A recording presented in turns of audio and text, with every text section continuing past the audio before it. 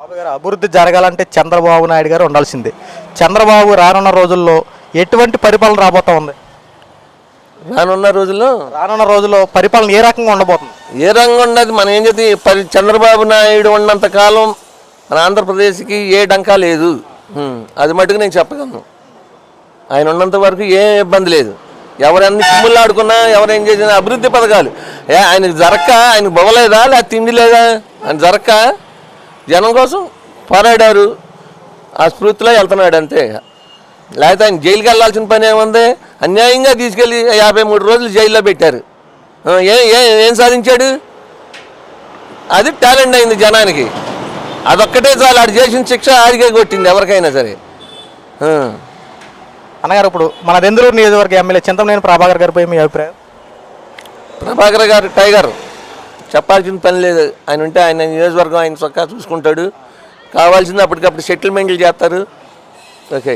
అన్నగారు, చింతమనేని ప్రభాకర్ దగ్గరికి ఎవరైనా కష్టం అని చెప్పుకుంటాకి వెళ్తే అక్కడికక్కడ అధికారులు నియమించి ఆ స్పాట్లో ఆ కష్టం తీరుస్తారంట. అది ఎంతవరకు నిజం?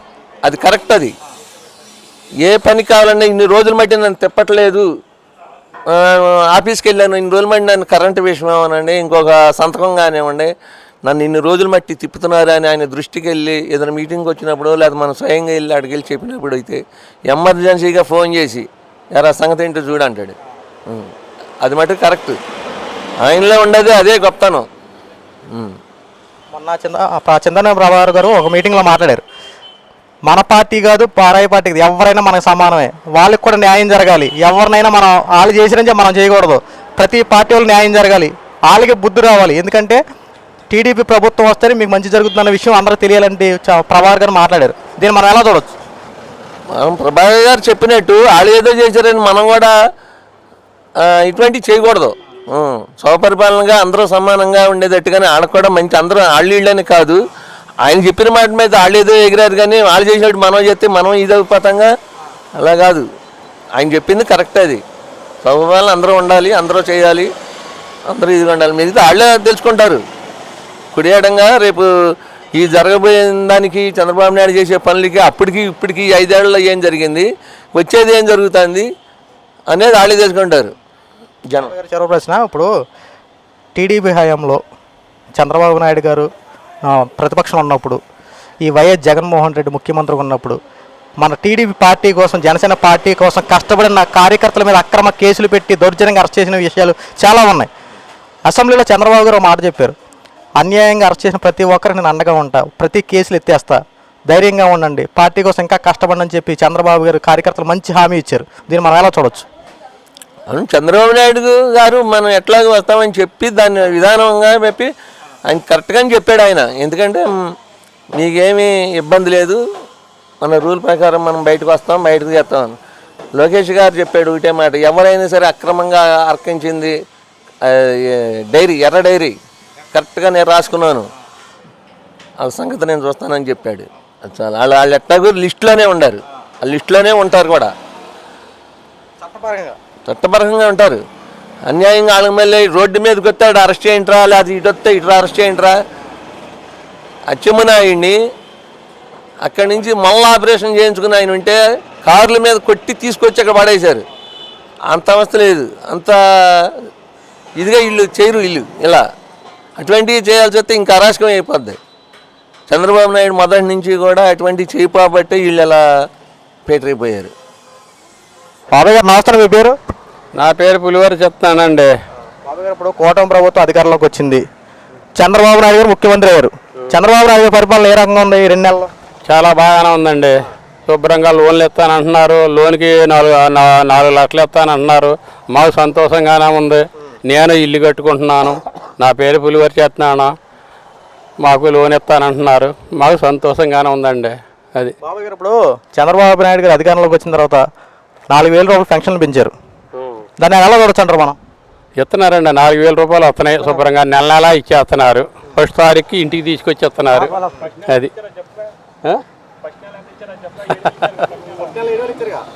7,000 ఇచ్చారండి. ఒక నెల 7,000 ఇచ్చారు. ఆ తర్వాత 4,000 గారికి ఇస్తున్నారండి. అది బాగా. అనగారు, ఇప్పుడు చంద్రబాబు గారు ముఖ్యమంత్రి అయ్యారు, డిప్యూటీ సీఎం పవన్ కళ్యాణ్ గారు ఇద్దరు కలిసి అమరావతి రాజధాని నిర్మాణం కోసం కేంద్రం దగ్గర నుంచి 15,000 కోట్ల రూపాయల నిధులు తీసుకొచ్చారు. గత ప్రభుత్వం ఎలా లేని విధంగా అధికారంలోకి వచ్చి 2 నెలల్లోనే 15,000 కోట్ల రూపాయలు తీసుకొచ్చారు. దీన్ని ఎలా చూడొచ్చు అంటారు మనం? ఎట్లా అండి? అమరావతి రాజధాని నిర్మాణం కోసం రాజధాని కోసం 15,000 కోట్ల రూపాయలు తీసుకొచ్చారు కేంద్రం దగ్గర నుండి. దాన్ని ఎలా చూడొచ్చు మనం? శుభ్రంగా ప్రజలకే శుభ్రంగా పంచుతా, శుభ్రంగా ప్రజాసేవ చేస్తా, మంచి చెడ్డగా చేస్తే మళ్ళీ ఈ చేప కూడా సీఎం గారు చంద్రబాబు గారు అవుతారు. మళ్ళీ పవన్ కళ్యాణ్ గారికి మళ్ళీ వేస్తాము. అది మా కోరిక. బాబాయ్ గారు, పోలవరం నిర్మాణం ఇప్పుడు గత ప్రభుత్వంలో అవ్వలేదు, ఈ ప్రభుత్వం అవుద్ది అనుకుంటారా? అవుద్దండి, కంపల్సరీ అవుద్ది, కన్ఫామ్ అది. అది బాబాయ్ గారు, ఇప్పుడు అన్నా క్యాంటీన్లు ఉన్నాయి కదా, చంద్రబాబు నాయుడు గారు అన్నా క్యాంటీన్లు ఏర్పాటు చేశారు. అయితే వైసీపీ ప్రభుత్వం అన్నా క్యాంటీన్లు తీసేశారు, మళ్ళీ ఇప్పుడు అన్నా క్యాంటీన్లు ఏర్పాటు చేస్తున్నారు. దాన్ని మనం ఎలా చూడవచ్చు అంటారు? శుభ్రంగా భోజనం చేసి శుభ్రంగా వాళ్ళని శుభ్రంగా మనం జీవిస్తా, శుభ్రంగా వాళ్ళ పేరు చెప్పుకుంటా శుభ్రంగా భోజనం చేసి రావాలి, శుభ్రంగా చేయాలి. అది నాకు తెలిసిందేదో చెబుతున్నా. అది బాబాయ్ గారు, ఇప్పుడు చంద్రబాబు నాయుడు గారు అసెంబ్లీలో మాట అన్నారు ఏంటంటే, ఇప్పుడు నేను పార్టీకి అధికారంలోకి వచ్చినాక నా బొమ్మలు వేయడం, నా కలర్లు వేయడం ఇవన్నీ చేస్తున్నారు. ఇప్పుడు అలా కాకుండా మహానుభావులు చరిత్రలో ఉన్నారు, మహానుభావులు ఫోటోలు ఉండాలి, వాళ్ళ పేర్లు ఉండాలి తప్ప మన రాజకీయాలకు సంబంధించిన అటువంటి వాళ్ళు ఎవరి పేర్లు ఉండకూడదు సంచలన నిర్ణయం తీసుకునేది ఎలా చూడొచ్చు? శుభ్రంగా చూడాలండి, శుభ్రంగా చూడాలి. వాళ్ళని మనం శుభ్రంగా పరిపాలన చేయమని చెప్పాలి. శుభ్రంగా మళ్ళీ వాళ్ళే మనం సీఎంగా అవ్వాలి. మనం శుభ్రంగా ప్రజలకి వాళ్ళకి చెయ్యాలి, వ్యవహారం శుభ్రంగా చెందాలి. అది ఈయన శుభ్రంగా చేస్తాడనే నా నమ్మకం.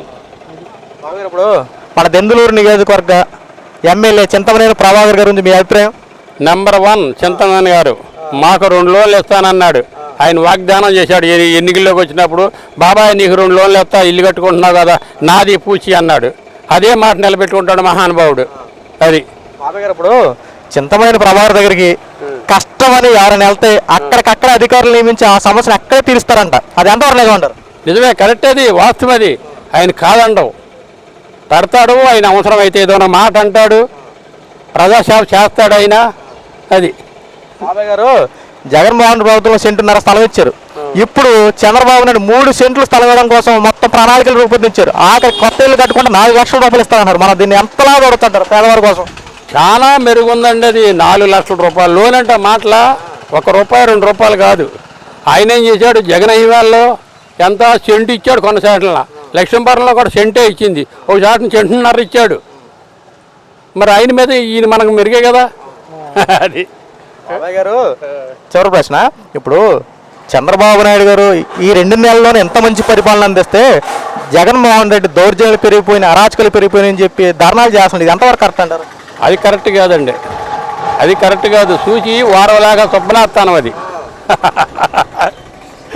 ఓకే బాబాయ్ గారు, థ్యాంక్ యూ.